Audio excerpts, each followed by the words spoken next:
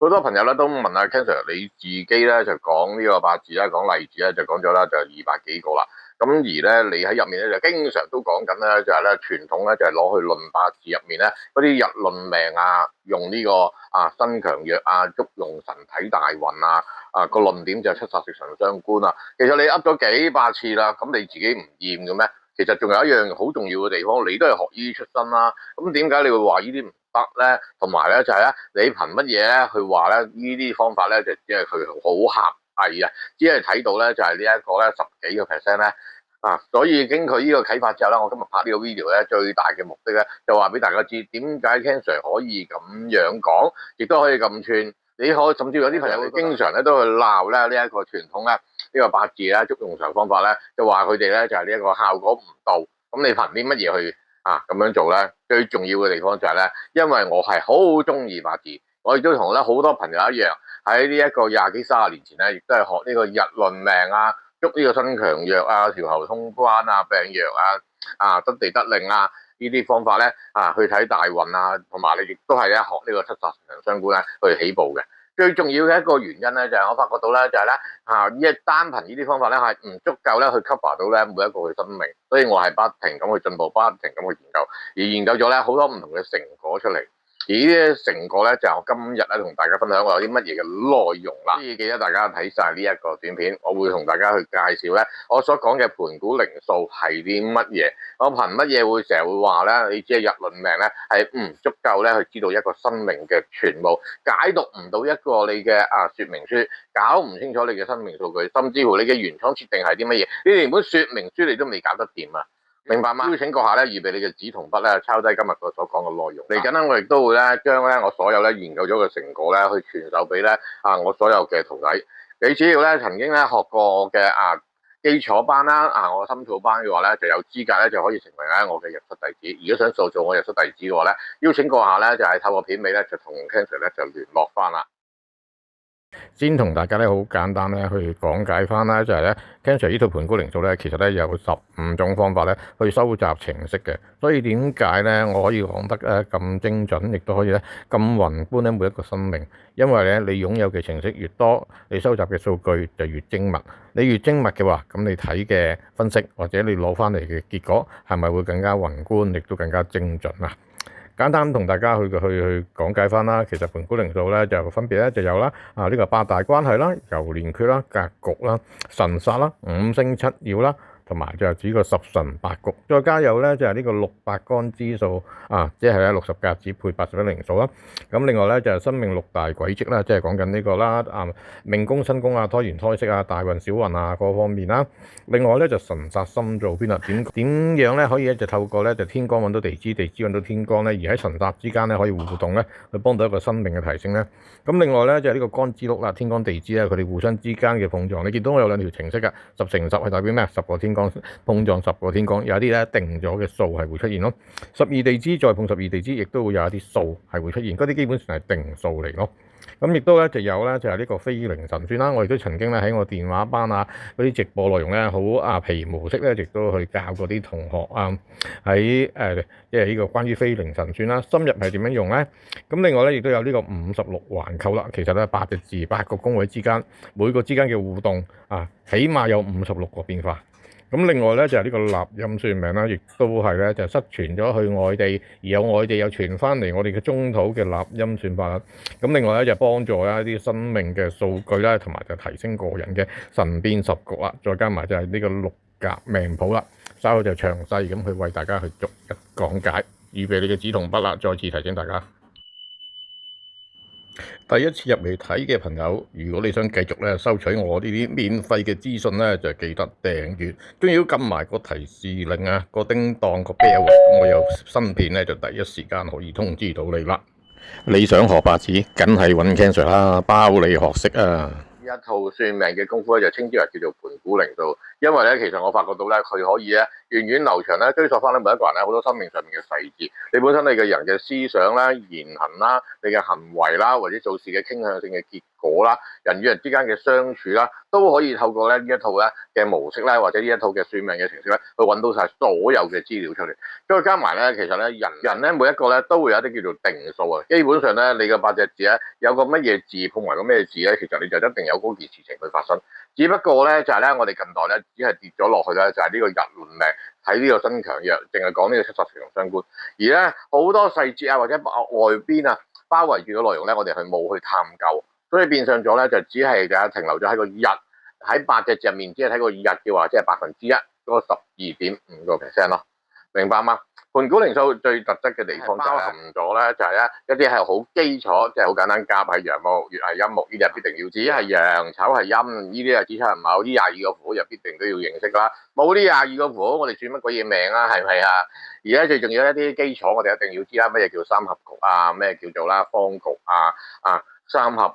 啊？呢個啦天干五合啊，地支六合啊，成啊咁樣。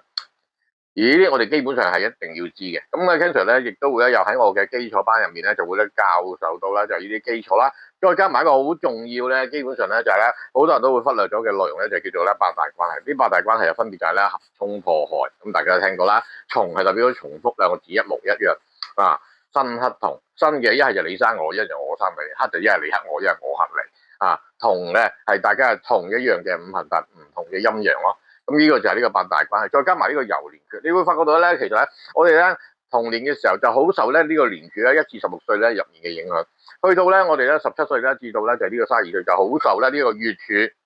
呢個天干地支入面嘅影響，亦都咧去到咧我哋咧就係呢個33歲咧就至到咧就係呢個48歲就受呢個日嘅影響，就係因為呢個日嘅特別嘅地方，咁而 Ken Sir 就去研究咗呢一套盤古靈數出嚟。而去到咧就係我哋咧就49歲咧就至到咧64歲咧就講緊用個私柱對我哋嘅影響有幾大，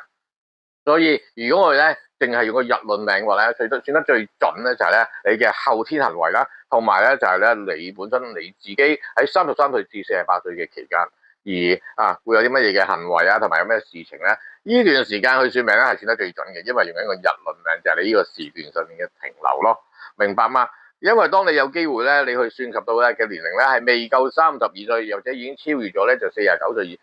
以後嘅話咧，佢嘅行為模式仲係咪咁樣咧？佢嘅人生嘅際遇仲係咪咧用緊咧就係呢一個日論命可以足夠咧去 cover 晒佢生命上面嘅所有嘅元素咧？有機緣你跟我學，你就會明白，或者你學咗一段時間，你自己都心中有數啦。大運睇唔睇？大運梗係一定要睇啦，冇大運嘅話。咁我哋何來咧知道自己有啲咩際遇？不過調翻轉去睇咯，唔係我哋呢個生命去睇下個大運係咪配合到我哋嘅用神咯。記住一樣嘢，我任何金木水火土走埋我哋身上面都會有事情發生。不過嗰件事情你係咧判斷佢係好定係唔好，啱你心水定係唔啱你心水啫嘛。記住一樣嘢，所有事情係中性嘅，只不過咧我哋咧帶住咗咧好多咧游水跑步，因為個個人都會好中意用好同唔好，或者用啱同埋錯呢啲形容詞咧嚟去咧相對性咧就去評論一啲事情嘅結果。記住啊，任何一件事情嘅結果咧都係你自己咧去安排。你可以話上天安排，因為點解？我哋喺另外一個境界咧去投身喺呢一個咧人世間，喺呢個地球，喺呢個星球透過我哋嘅父母而去咧嚟到呢個人世間。記住一樣嘢，所有嘅劇情都係我哋自己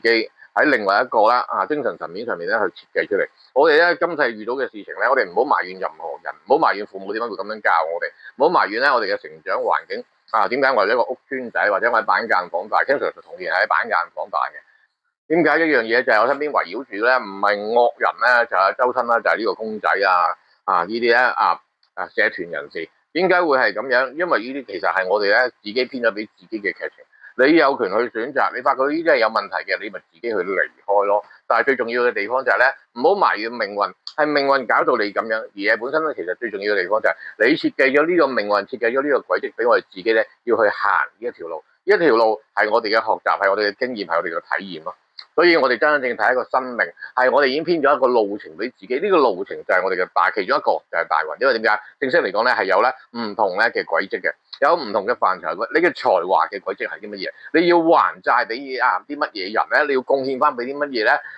嘅叫做範疇咧，你亦都有唔同嘅軌跡去行咗，亦都有咧你人生咧嘅局限啦，你嘅大限、你嘅小限係啲乜嘢？明唔明白啊？呢啲所有係我哋編排咗嘅劇情，而去影響到咧我哋嗰8隻字咧扮演緊有唔同嘅角色，所以調翻轉啊睇大運係大運影響緊我哋嘅生命有啲乜嘢嘅變動咯。所以最基礎嘅，你除咗呢啲基礎嘅知識啊，同埋就係呢一個八大關係之外，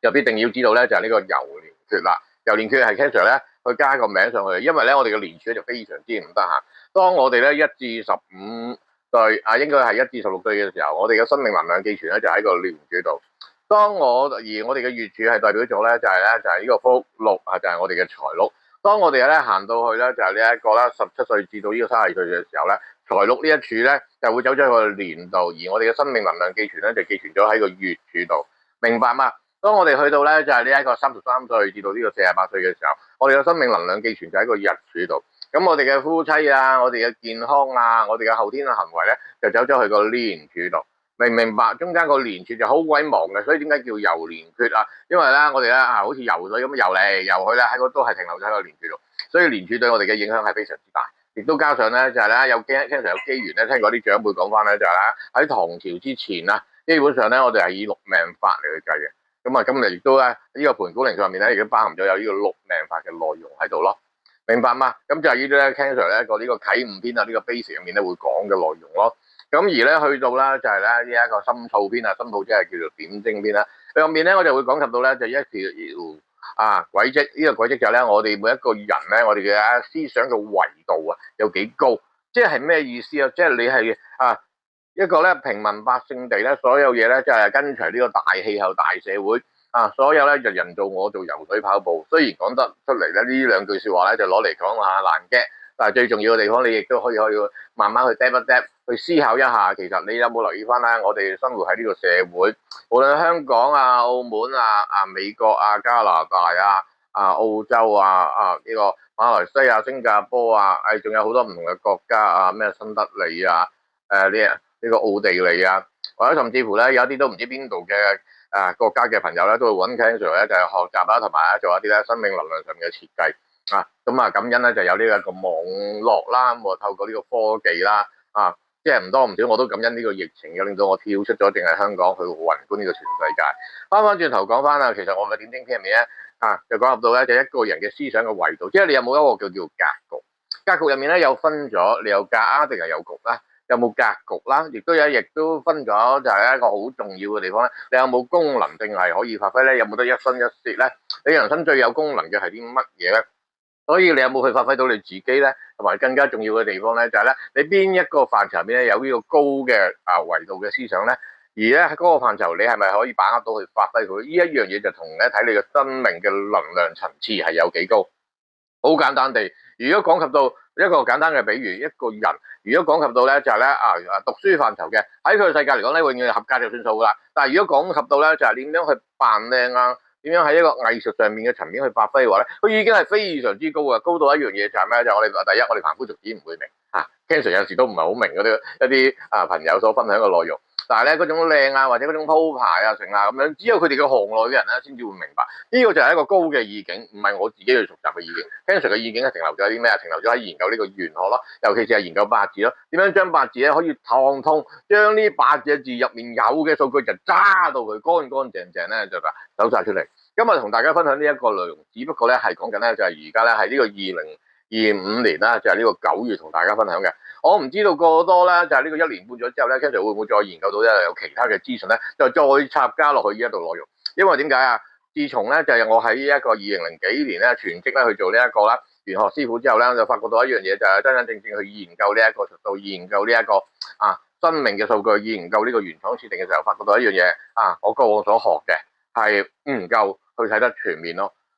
再更加重要嘅地方咧，就係咧，我哋咧好簡單，一個生命，你淨係用七煞食神傷官，你有學過啲朋友，你不妨可以留言去話俾 Ken Sir知。你淨係睇呢個七煞食神傷官，你只可以去話到俾佢聽，佢有運行冇運行，佢七煞嘅特質係啲乜嘢，佢食神嘅特質係啲乜嘢，傷官特質係啲乜嘢正印偏印各方面，你可唔可以話俾我聽？呢一個人可唔可以就做到一品官咧？呢個人可唔可以做到大元帥咧？呢個人咧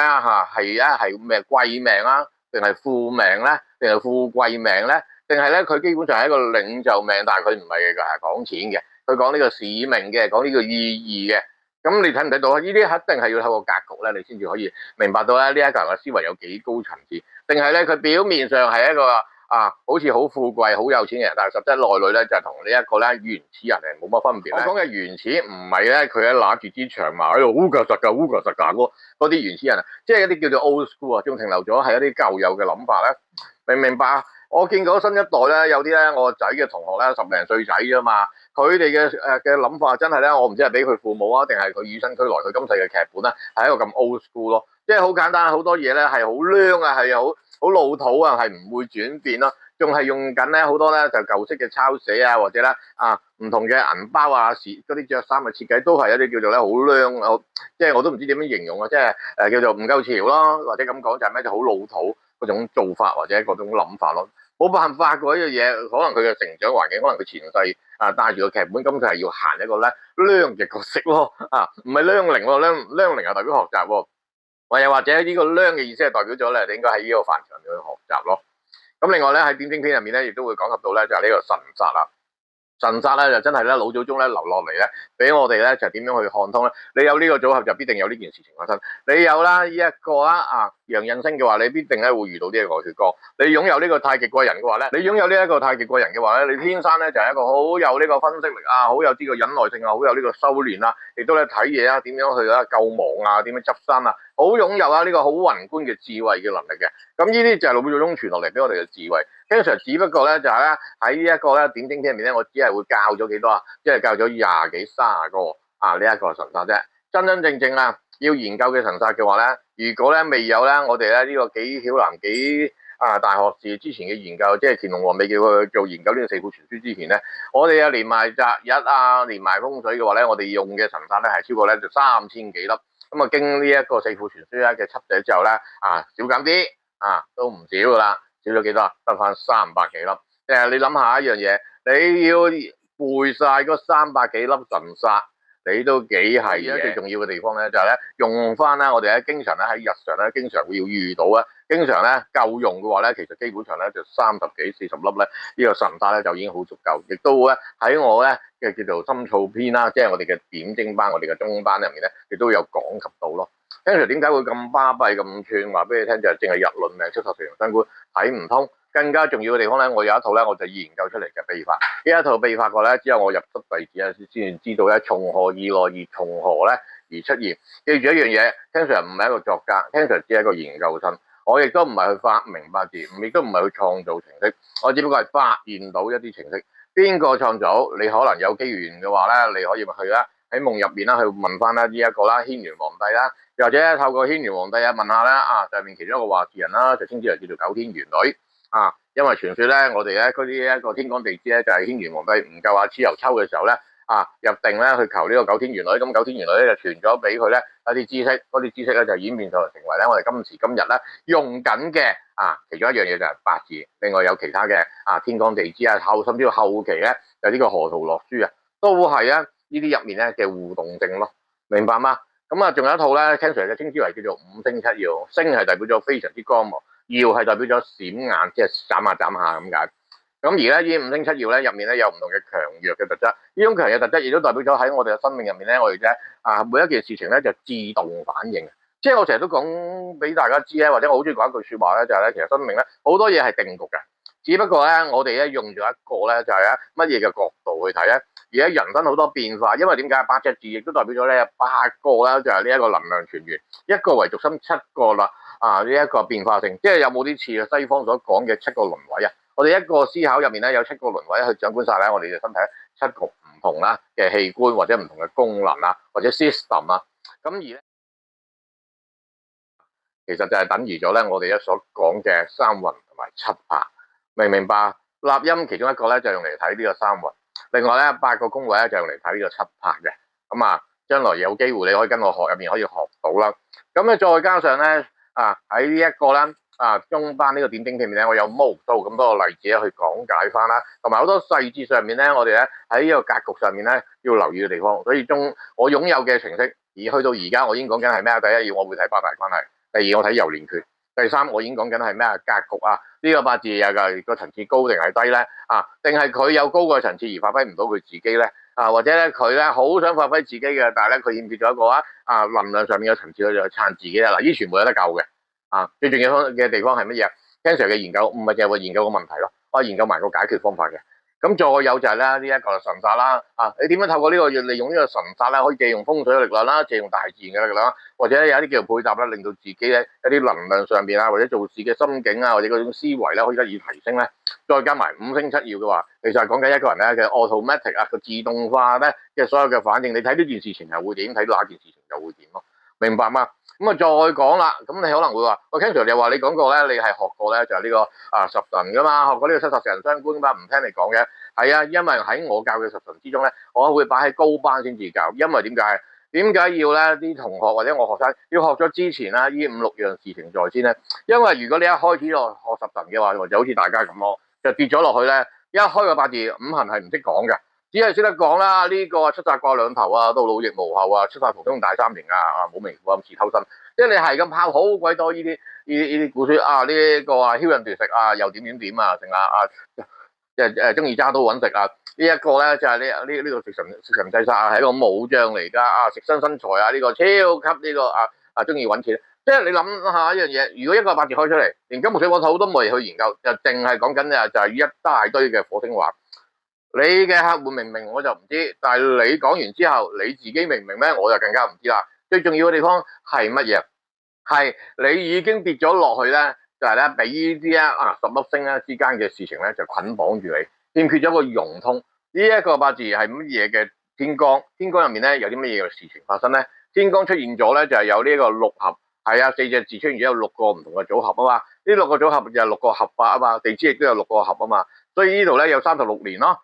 咁仲有就係咧，就係呢個天干就會合個地支噶嘛，係天干會合地支噶，你哋唔知嘅咩？咁亦都會代表咗一個人咧有唔同嘅諗法、唔同嘅執着或者對事情嘅自動反應咯。所以點解我話生命其實咧係一個數據表亦都係一個咧就原廠設定。基本上咧所有電腦係 set 好晒，等於大家去玩遊戲機啫嘛。你打完呢一版嘅打完大佬，咁你係咪去到後一版？下一本可能咧就有5個閘門，咁你揀 A、B、C、D、E 邊個閘門再入去打。打完之後咁又去到又有甲乙丙丁又有幾個閘門又再入去打。其實你所有嘅人生嘅軌跡，所有呢啲閘門全部都設計好晒㗎啦。其實等於我哋人生啫嘛。點解你會喺呢一個時段遇到呢一位異性，而咧跟住咧你哋就會生離死別海枯石爛跟住又分咗手，跟住咧佢咧就揾咗另外一個你咧就傷心到欲絕，咁日日唱好心分手跟住咧就係又遇到另外一個咧，跟住咧你好想走去追求，跟住咧又追求唔到，咁日日喺度唱住方力申Stephy 佢哋嗰隻就係好心好報，如此類推。點解人生有咁多唔同嘅經歷咧？點解你嘅感情世界會咁樣行法咧？呢個咪由你偏俾自己嘅嘢，再加埋點解你嘅事業咧就係咧點解咧我而家黑到咧做麥當勞咧佢都唔請我咧，走去見七仔咧佢都有嫌我樣衰咧，即係唔好介意咁講。點解會係咁樣？呢啲係編排俾你自己要提升自己要進步嘅地方，但係所有都有解決方法喺 Cancer 嘅盤古靈度，明白嗎？咁呢一個咧就係我嘅中班所教嘅內容啦。咁而十神咧就去到我嘅高班內容，但係我十神咪就講十神咯。我亦都曾經有一個 YouTube 入面咧講過，我睇十神我係將個8隻字係開8個局，我唔係淨係睇個日嘅局㗎，睇個日嘅局唔係就係狹隘咗喺個日人上面嘅論法咯。所以咩為之叫戊，咩為之叫富？如果你淨係用個日嚟講，就有分咩叫戊富。但係如果你宏觀8隻字嚟講，所有嗰啲神出手尾都係櫃桶嚟嘅，只不過咧你有冇辦法去開啫嘛？明唔明白？有鎖匙咪櫃桶咯，冇鎖匙咪入墓咯。但係我又唔信入咗墓開唔翻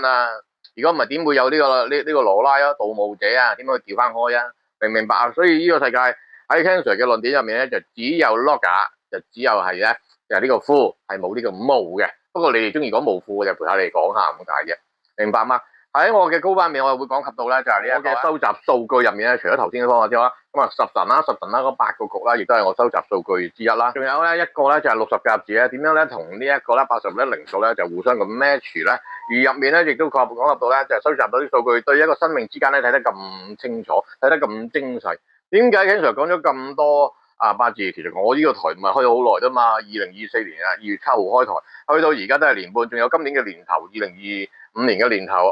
我就年紀大，機器壞就入咗廠，就唞咗半年咁滯。所以點解咧啲嗰啲片成嗰啲咧就會呢半年咧就會停咗咁多，或者叫做慢咗咁多咧？咁Cancer入廠大收，啱先至叫做咧個狀態回復翻。見大你我話俾你聽其實我而家每拍完一條片咧之後咧，我要回氣嘅，因為點解咧？發覺到自己係冇以前咁有氣可以一口氣講好多條片嘅。但係唔緊要啦，我都會盡我能力咧，將我有嘅知識咧去分享俾更加多人認識，或者你甚至乎你想學到攞到我嘅真傳嘅話，私底下再聯絡翻我。再講翻啦，就係咧，我睇嘅十神係十神嘅8個局㗎，就唔係單一定係去睇呢十神，亦都有咧就係呢個60格子配呢個80/0度咧出現到嘅數據出嚟。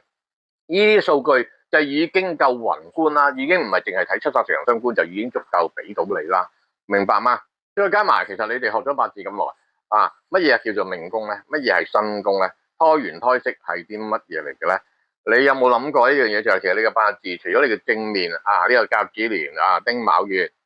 呢個己卯日就係呢一個咧就庚辰時，咁我跟隨我噏呢個八字。咁有冇諗過呢一個八字其實背後仲有一個八字係存在咧？入面所以要排出嚟嘅數據排到幾多咧？所以咧，其實咧一個八字入面咧，真真正正咧，除咗我哋嘅大運之後咧，我哋仲有個時辰排出嚟嘅小運啦，我哋嘅命宮排出嚟嘅大限啦，我哋身宮排出嚟嘅小限啦，再加埋咧流年咧入面咧，我哋咧嘅話事人啊，每年嘅話事人咧主宰呢個生殺之權啦，再加埋咧之前講過嘅流年缺，你唔同嘅歲數喺唔同嘅能量記住，點樣去幫你喺唔同嘅發揮？你要追求嘅事係啲乜嘢？用啲乜嘢嘅五行擺落去，令到你某一啲能量可以提升，發揮到你自己咧？呢啲全部都係要第一，我哋要收集到足夠嘅數據；第二，你有足夠嘅程式咧去扭轉咧嗰啲叫做咧叫做能量流啊。因為咧你好正常嘅話咧，你冇去轉移嘅話咧，你個能量流就會跟翻你原身咧，你原廠設定你自己咧嗰個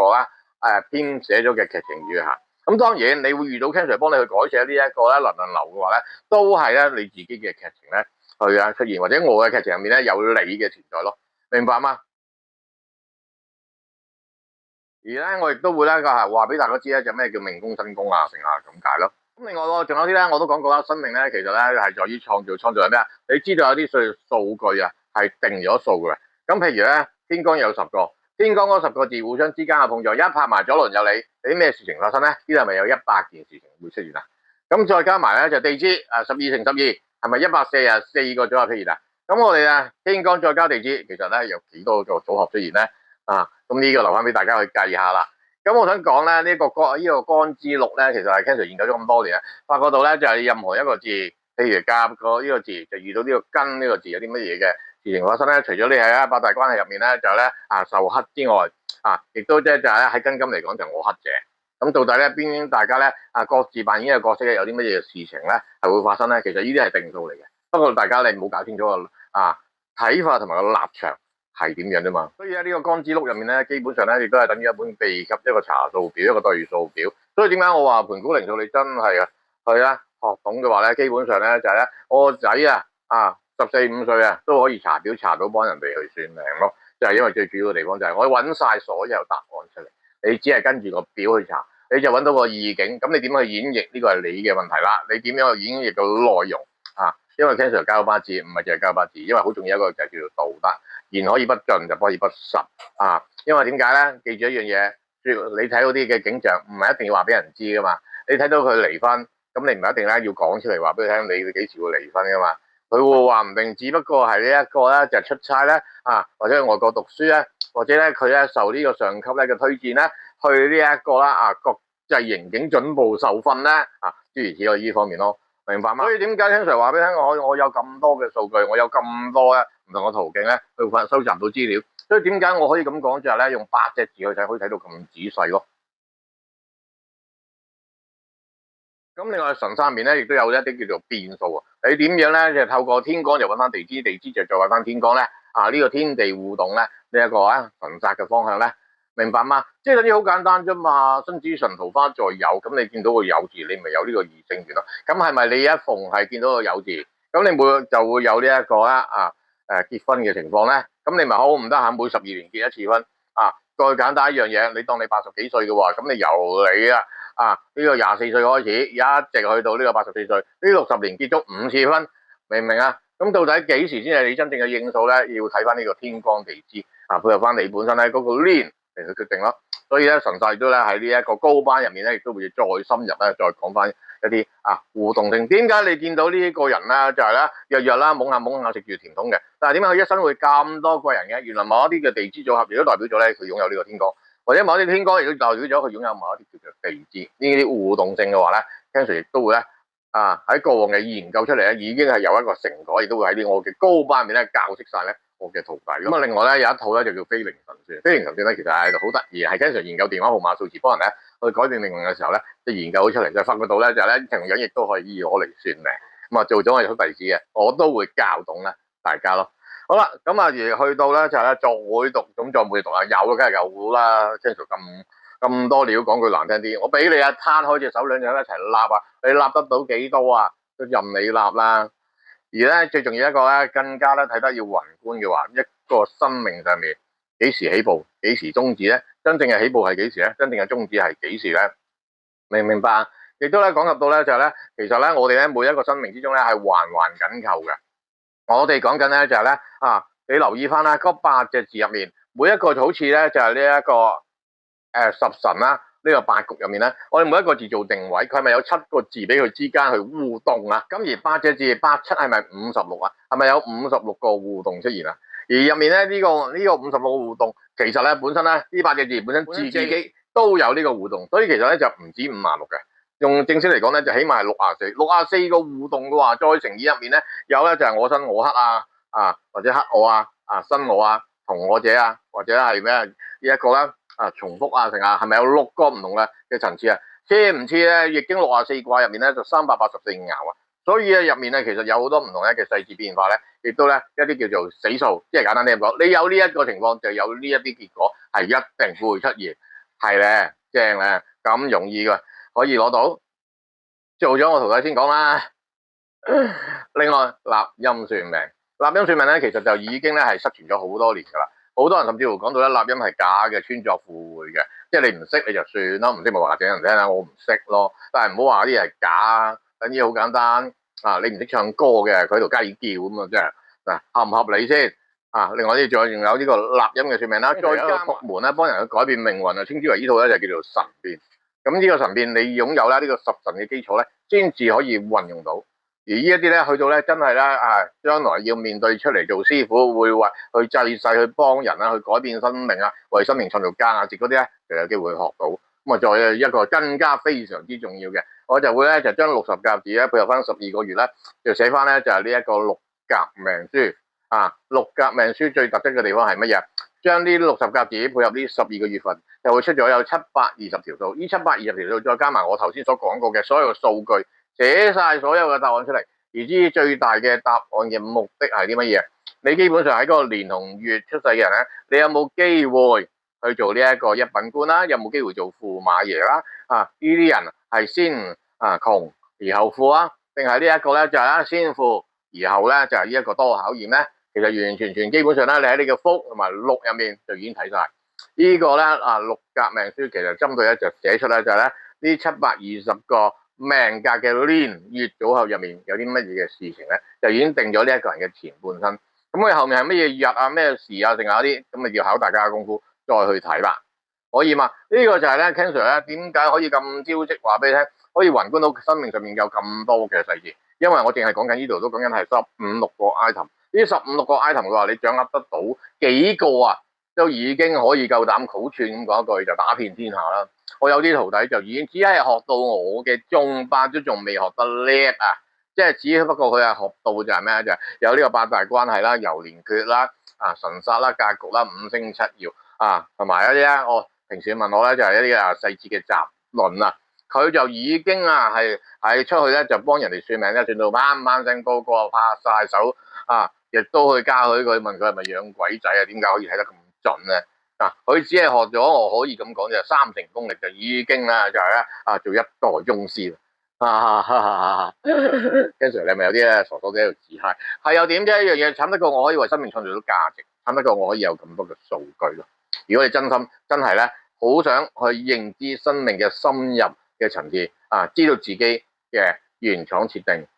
都唔係唔係知自己應該就係咧想研究更加多嘅生命嘅原廠設定，或者想收集更加多嘅生命數據，就唔係淨係去睇自己。如果你睇自己好簡單一樣嘢，你唔使嘥時間嘅請 Ken Sir 為你批命你慳翻好多時間。我將我所有嘅功夫咧就會製作成咧一個內容咧去俾你去一生入面去參考翻。咁但係咧，如果你係真，如果大家好想咧就係咧掌握到咧整套咧就係呢一套啦生命數據上面嘅特質嘅話，記得再聯絡我啊，睇下唔好介意我講呢一句，睇下你有冇資格可以成為咧我嘅入室弟子。我將我畢生咧所有研究嘅內容咧，全部俾晒你，教晒你啦。咁當然呢啲都要收學費啦，可以嘛？咁啊，大家有其他嘅問題，可以喺下面留言同 Ken Sir 再溝通翻啦。拜拜。你想學八字，梗係揾 Ken Sir 啦，包你學識啊！